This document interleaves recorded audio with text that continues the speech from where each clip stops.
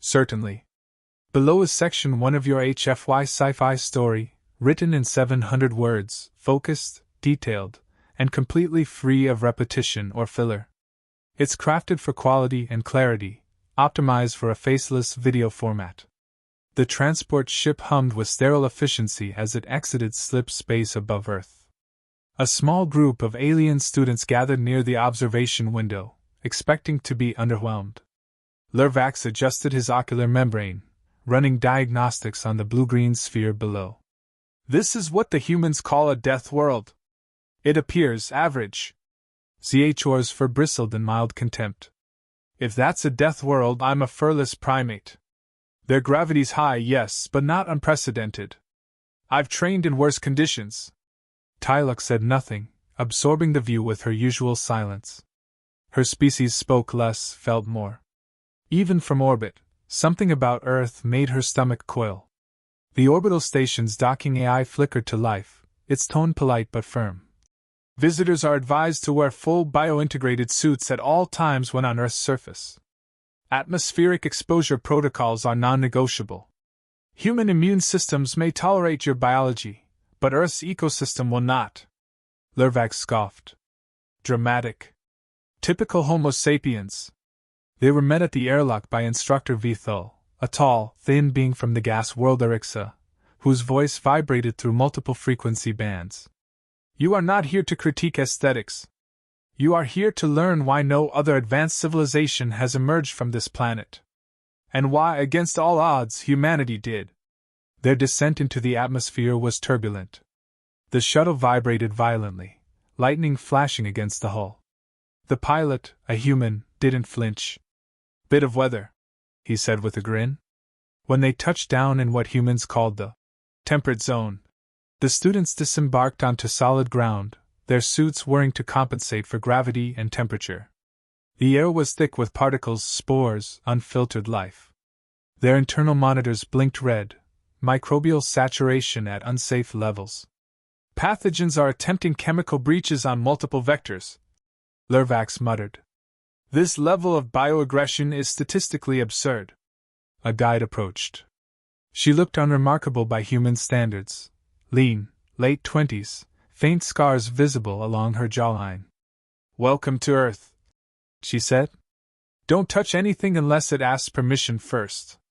They walked past plant life that monitored movement, insects that homed in on body heat, and birds that had learned to mimic mammalian warning calls. Life here wasn't passive, it reacted, adapted, and retaliated. CHO paused beside a cluster of vines. One moved slightly, and his motion detector picked up a shift in pressure. He stepped back. So you see, the guide said casually, Earth isn't dangerous because of one big thing. It's dangerous because of everything, all at once. Tyluk's biosuit released calming pheromones. I feel watched. You are, said the guide. Even now. By hundreds of species. Some visible. Some not. Vithul addressed the group. You assume Deathworld is a label meant to scare. It's not. It's a classification. Based on survivability metrics. Earth scores abnormally high on environmental hostility, species aggression, and biochemical unpredictability. Lervax activated his wrist pad and projected a diagram. But human civilization still flourished here. Cities, agriculture, spaceflight, on a planet that should suppress intelligence, not nurture it. The guide shrugged. You're right. It should have. They passed through a canyon where tectonic plates had clashed violently in the past. The rock strata told stories of extinction, rebirth, extinction again. As they moved, the guide explained the human timeline: ice ages, volcanic winters, atmospheric poisonings, meteor impacts. Every few thousand years, something tried to wipe them out. And every time, humans came back. Zhor's tone turned skeptical. If survival is so rare here, how do they keep populating this place? Vithul replied. You will see. But understand this now, life here does not just endure. It adapts at knife speed. The stronger perish. The clever persist. As the students prepared to board their next transport, A swarm of flying insects dive-bombed their group. The humans ducked and laughed. The aliens panicked. It wasn't until later that they learned the insects were relatively harmless, by Earth standards. The guide wiped one off her shoulder. Our planet doesn't ask for permission. It tests you. Constantly. And if you pass, you belong. Tyluk looked to Vethul. And if you fail? The instructor paused. Then your story ends before it begins. The shuttle door closed behind them. Earth loomed ahead, vast, breathing, alive. The students were beginning to understand. This world wasn't dangerous because it tried to kill you. It was dangerous because it never stopped trying. Certainly. Below is Section 2, written in exactly 700 words, maintaining the same high quality, sharp focus, and HFY tone. It avoids any repetition or filler and stays fully within the narrative without referencing scenes or formatting labels. The first field excursion began in what humans call the moderate climate zone. To the students, it felt anything but moderate. Lervax's filtration unit whirred as airborne particles overloaded its sensors. Pollen, dust, fungal spores, each a chemical wildcard. The guide provided no reassurance. This is a mild day. Wait until the wind shifts. Within an hour, CHR was on the ground. A small flying insect had landed on his neck. Seconds later, his suit administered emergency neuroblockers to stop muscle spasms. The guide casually identified the attacker as a mosquito. Not even one of the bad ones. Tyluk's fingers trembled as her system flushed histamines from an allergic response. Lervax ran diagnostics. How do humans manage constant cellular attacks from their own environment? They don't avoid it, the guide said. They adapt to it. Or they die. Sometimes both. They relocated to a coastal biome. Salt stung the air. The students were shown the ocean's edge. Waves churned, concealing predators, currents, poisons. A jellyfish pulsed through shallow water. Its translucent form glowed faintly.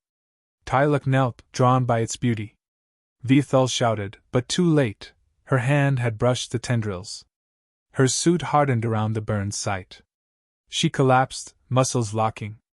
Medics injected her with a counteragent synthesized from human first aid kits. That jellyfish doesn't even have a brain, the guide said. But it can stop one. Back on land, fire warnings buzzed in their suits. A dry breeze carried heat signatures beyond normal parameters. A wildfire, rapidly advancing. The students asked to be extracted. The human crew declined. This is controlled, one said, smiling. We do this sometimes on purpose. Lervax stared. Why would any species willingly initiate combustion across thousands of hectares? To manage the land? Remove decay. Trigger regrowth, the guide replied. Fire's a tool. Or a killer. Depends on how you use it. As the flames approached, the students noticed animals fleeing, deer, birds, even insects in retreat. The humans remained calm, redirecting the group with practiced efficiency. Fire breaks stopped the spread just before it reached them. The next site was a desert. The shuttle's air system strained. Solar radiation breached surface limits for several species. Sandstorms rose without warning, burying footprints in seconds. A human geologist crouched beside ancient rock layers, oblivious to the heat. CHR asked how she tolerated it. She answered with a shrug. Hydration, shade, stubbornness. Stubbornness is not a survival strategy, Lervax objected. It is here, she said. We didn't evolve in comfort.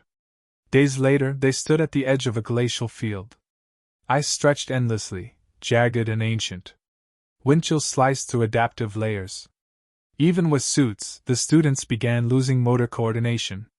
Humans in thick gear moved easily, laughing as they set up equipment. One man exposed his face briefly to eat. CHR gasped. His dermal tissue is crystallizing. He's fine, the guide said. He's done this since childhood. Tyluk looked away. This isn't adaptation. This is denial. No, Vethul said. This is acclimatization. And they mastered it. Later, at a storm observation site, the students experienced pressure drops and electric fields triggering localized discharges. Thunder cracked like weapons fire. A bolt split a nearby tree. The human team only increased data collection. CHO's voice cracked. What species volunteers to stand beneath the sky's wrath? The guide answered. A species that stopped fearing it and started measuring it. In a rainforest, it wasn't the predators that overwhelmed the students. It was the scale of microbial activity. Fungi releasing spores that altered neurochemistry. Plants with contact toxins. Insects that mimicked harmless ones, then struck. Tyluk collapsed again, her system locked in defensive overload. Lervax barely remained conscious. The humans moved efficiently, spraying counteragents and continuing their survey without missing a beat. ZHOR, usually dismissive, whispered, "This entire biosphere is hostile." "Exactly," the Ethol said. "And it made them strong." On their return trip, Lervax reviewed data, baffled. "None of this makes sense. Statistically, a sentient species should not have emerged here." "Now you understand," the guide said. "That's why the classification isn't exaggeration. Earth isn't a death world because it can kill you. It's a death world because it always tries to. And the ones who survive it, they're shaped by that battle, No one spoke for the remainder of the journey. They were no longer certain who the real anomalies were, the planet, or the people who called it home. Certainly. Below is Section 3, written with precision, rich detail, and no repetition or filler. It remains within the 700-word limit, preserving the HFY tone and advancing the story meaningfully and efficiently. They arrived at a facility labeled Human Resilience Archive, expecting a museum. What they found was closer to a shrine to catastrophe. The air inside felt heavier. Displays showed not art or pride, but devastation. A timeline greeted them, stripped of comfort. The earliest entry showed a supervolcano eruption, blotting out sunlight and dropping global temperatures. An extinction event. The exhibit simply read, "We survived." Beside it, preserved skeletal remains of early humans curled near fire pits. Tools fashioned from ice and bone. In the harshest cold, with no advanced technology, they endured. Tyluk reached for a display of crude masks and layered hides. They were not supposed to last a generation under these conditions. Lervax scanned survival probabilities. They should have gone extinct here. Repeatedly. Further along, they encountered plague records. Graphs charted pandemics that had populations. Audio logs replayed coughing, emergency radio broadcasts, medical collapse. The diseases were diverse, viral, bacterial, parasitic. Each one a separate war against nature. Human responses evolved: quarantines, vaccines, societal restructuring. Again and again, they adapted. They didn't eradicate every threat. They learned to live beside it. ZHOR paused at a wall of names. "Are these victims?" "No," Bethel answered. "They're the researchers who volunteered to test treatments on themselves. Some succeeded. Some died. All advanced survival. Earthquakes, floods, droughts, each had its own wing. Not explained as disasters, but as developmental chapters. Beneath footage of submerged cities was a caption, 'We learned to build higher.' Next to images of scorched land, 'We learned to store water.' Every trauma was followed by innovation." Tyluk's voice barely registered. "This isn't a record of survival. This is a study in defiance." In one chamber, they watched historical footage. Cities reduced to ash, famine spreading through empires, children starving. And then, rebuilding. Not decades later. Sometimes days. Humans didn't just endure tragedy, they responded with acceleration. A human historian appeared via hologram, welcoming them. His tone was calm. "Suffering has never been optional on Earth. We did not evolve to avoid it. We evolved to persist through it." ZHOR asked. "Why not relocate? Why remain on such an unstable world?" The hologram answered without pause. "Because Earth taught us that safety is temporary. Only resilience is permanent. In another room, climate records. Data showed ice ages alternating with tropical overgrowths. Massive swings over thousands of years. Most species vanished under such pressure. Humanity learned to adapt diet, clothing, housing. They crossed frozen land bridges, navigated oceans without maps, survived centuries where no harvest came. One artifact showed a fragment of early agriculture, crops bred not for yield, but for survival in poisoned soil. The students realized humanity had not optimized for comfort. They had optimized for volatility. Lervax's processor stumbled. They adapted to chaos. That's the point, Bethel said. Where others needed stable ecosystems, humans shaped themselves for the opposite. A chamber labeled Fire and Ash focused on nuclear history. Footage of mushroom clouds played silently. Cities erased in moments. Radiation zones. Casualty projections in the millions. Then came the images of what followed: survivors tunneling underground, makeshift shelters, radiation treatments. Children being born in bunkers, growing up into engineers. A quote etched in stone read, "The end of the world was not the end of us." Tyluk's empathy field pulsed. They've survived their own extinction events. More than once. One exhibit focused on psychological resilience. Diaries from prisoners, notes written during sieges, drawings from war zones, each an artifact of unbearable pressure. But the common thread wasn't despair. It was endurance. Humans documented their pain in order to process it. They used memory to reinforce adaptation. Nothing was forgotten. Everything was repurposed. ZHR turned away. They're not just survivors. They're archivists of agony. Lervax stood silent, systems struggling to quantify. Their progression wasn't despite the suffering. It was because of it. Before leaving, they passed a wall filled with silent faces, photos of ordinary people, farmers, firefighters, teachers, children. No fanfare. Just the caption, "We are the reason extinction failed." On their way out, Vithal addressed them quietly. This world did not permit fragility. These people grew strong because the alternative was death. No one argued. Earth hadn't raised a civilization. It had forged a species that looked into the abyss and built a ladder.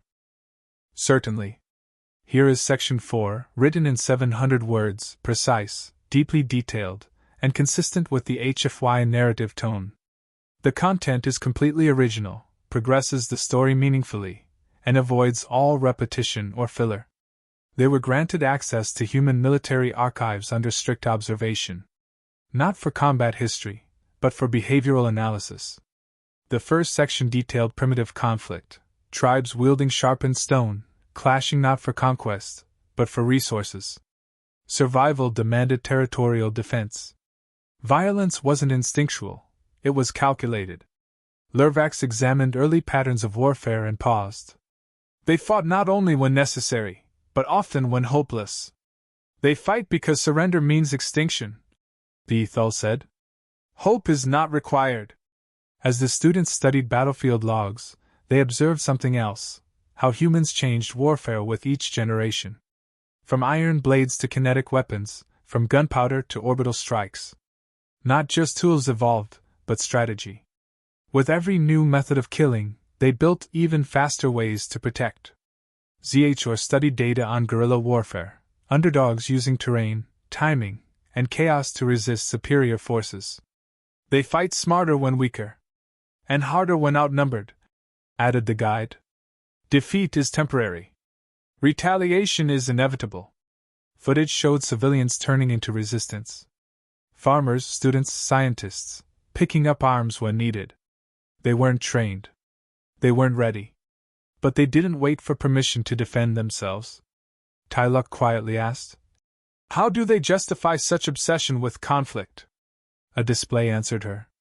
Quotes etched into stone and steel. Asterisk, only the dead have seen the end of war. Asterisk, asterisk, peace, when possible. Resistance, when necessary. Asterisk. But the exhibit shifted focus. Past war into rescue.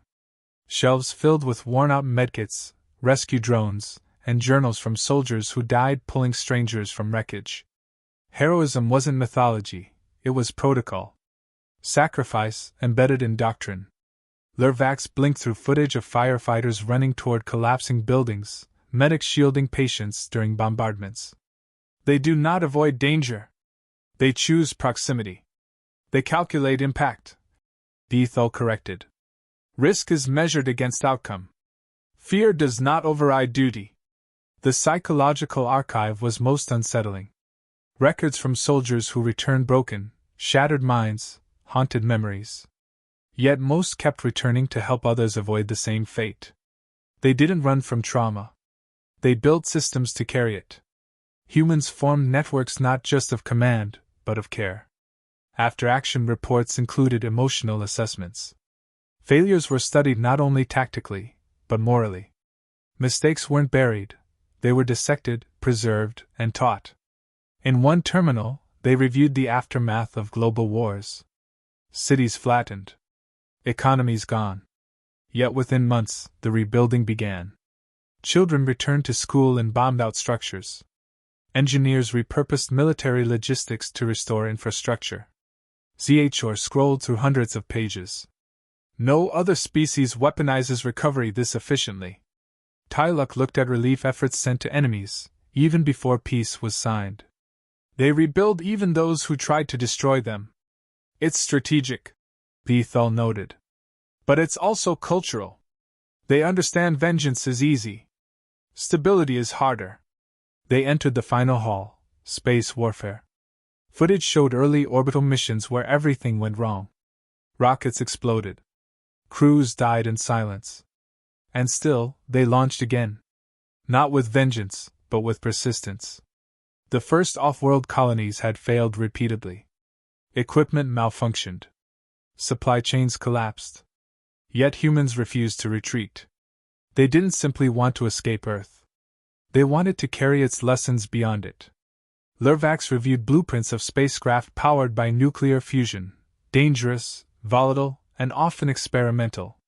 They test technologies that could erase them. Because comfort has never been a prerequisite, said the guide. Progress demands uncertainty.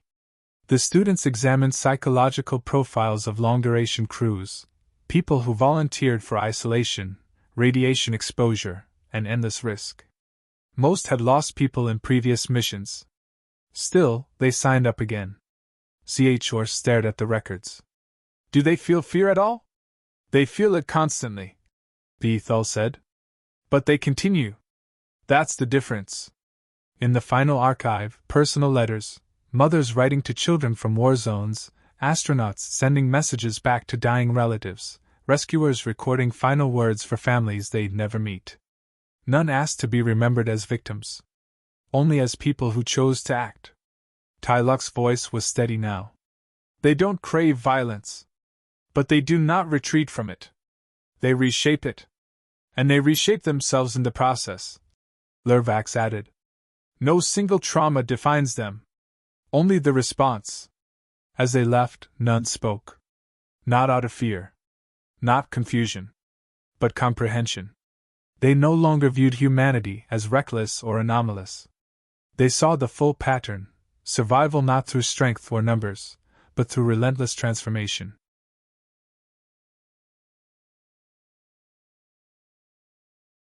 Certainly.